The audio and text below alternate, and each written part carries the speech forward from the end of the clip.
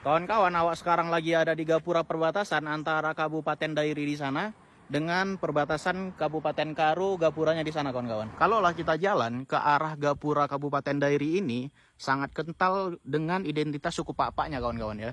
Di sisi kiri kanan gapuranya ada replika dari rumah adat Pak-Pak. Di tengah ini juga terus ada bacaan juah-juah, salam khas dari suku Pak-Pak, selamat datang di Kabupaten Dairi. Kenapa gapuranya seperti ini, kawan-kawan? Menurut aku hal ini wajar ya, karena Kabupaten Dairi ini merupakan domisili asal dari suku Pak-Pak itu sendiri. Ibaratnya gini, di Kabupaten Dairi ini dominannya mayoritasnya itu orang-orang yang bersuku Pak-Pak. Jadi Pak-Pak itu ada banyak. Ada suku Pak-Pak Kepas, ada suku Pak-Pak Boang, ada Sim-Sim, dan sebagainya, kawan-kawan.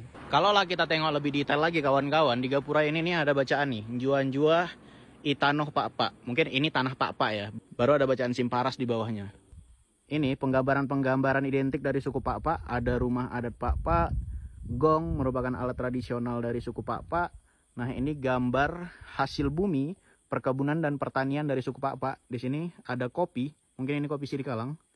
Terus ada jagung, ada kol, ada juga pisang di situ, kawan-kawan. Nah, di sebelah sini lambang apa lagi yang tercantum? Nah, kalau di sini nih ada perempuan dan lelaki yang memakai baju adat Pak-Pak. Ini lambang dari Kabupaten Dairi. Dan di sebelah sini lambangnya itu ada toleransi antar umat beragama juga, masjid dan gereja. Ada Pancasila di atas. Dan ada hasil dari perikanan juga ini sepertinya. Kalau kita berjalan ke sisi sininya, kawan-kawan. Nah, di balik ini juga ada gambar, tapi ini gambarnya hampir sama sih, ada kopi juga. Jadi sama kayak di sebelah sana, kawan-kawan. Untuk sisi sininya bacaannya apa ya? Kita lihat. Oke, kita kamera belakang aja. Ini ada bacaan selamat jalan dari Kabupaten Dairi. Oh, megah ya. Relief-relief dari khas dari suku Pak-Pak juga ada ini. Warna hitam, putih, dan merah, kawan-kawan. Nah, kita balik lagi ke sisi tengah perbatasan antara Kabupaten Dairi dan Karo. Kita jalan ke sana dulu. Nah, ini ketika kita berjalan di tengah ini, kawan-kawan. Ini aku nggak tahu nih. Ini berarti perbatasan antara ya, karena di sana juga gapura dari suku Karo juga ada di sana. Dan maaf juga kalau suaranya agak bising ya, kawan-kawan. Karena aku bikinnya memang ini di jalan lintas provinsinya, kawan-kawan. Jadi kalau untuk suara noise dari mobil-mobil ini agak harap dimaklumi lah. Ini kita berjalan ke arah gapura Kabupaten Karunya, kawan-kawan. Kita tadi dari sana. Nah, ini lebih jelasnya. Gapura Kabupaten Dairi. Dan ini gapura Kabupaten Karo. Kalau untuk gapura Kabupaten Karunya lebih simpel sih, kawan-kawan. Bentuknya gapuranya lebih sederhana. Di belakang itu ada bacaannya, selamat datang di Tanah Karo Simalem. Nah, untuk di sebelah sini juga hampir sama gapuranya. Cuman di sini bedanya udah agak pudar, tapi di situ ada logo dari Kabupaten Karo, kawan-kawan. Kalau untuk pendeskripsiannya, kawan-kawan, di sini ada relief. Ini sepertinya relief dari suku Karo. Ada bunga juga, aku nggak tahu ini bunga apa.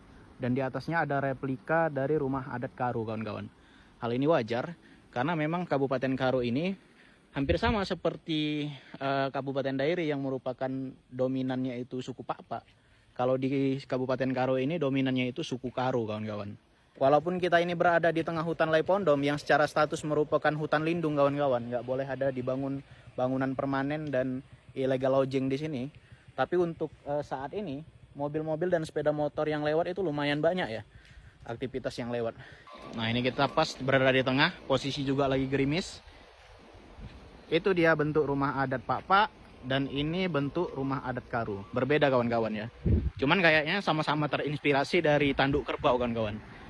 Kenapa harus tanduk kerbau, kawan-kawan? Karena memang di perkauman Batak, baik itu Karo, Pak-Pak, Toba, kerbau ini memang merupakan hewan yang dihormati. Makanya untuk rumah adatnya sendiri itu terinspirasi dari tanduk kerbau. Terus untuk relief-reliefnya terkadang menyematkan kerbau juga. Bahkan untuk status sosial di perkauman Batak, siapa yang paling banyak bisa mempersembahkan kerbau, itu status sosialnya lebih tinggi, kawan-kawan. Untuk lokasi gapura ini sendiri, kawan-kawan, ini berada di tengah-tengah hutan Laipondom ya, kawan-kawan. Kalau kita mau ke sana kita ke arah Kabanjahe, Brastagi, Medan. Kalau kita balik ke sana kita mau ke Sidikalang, mau ke Subuh Salam juga.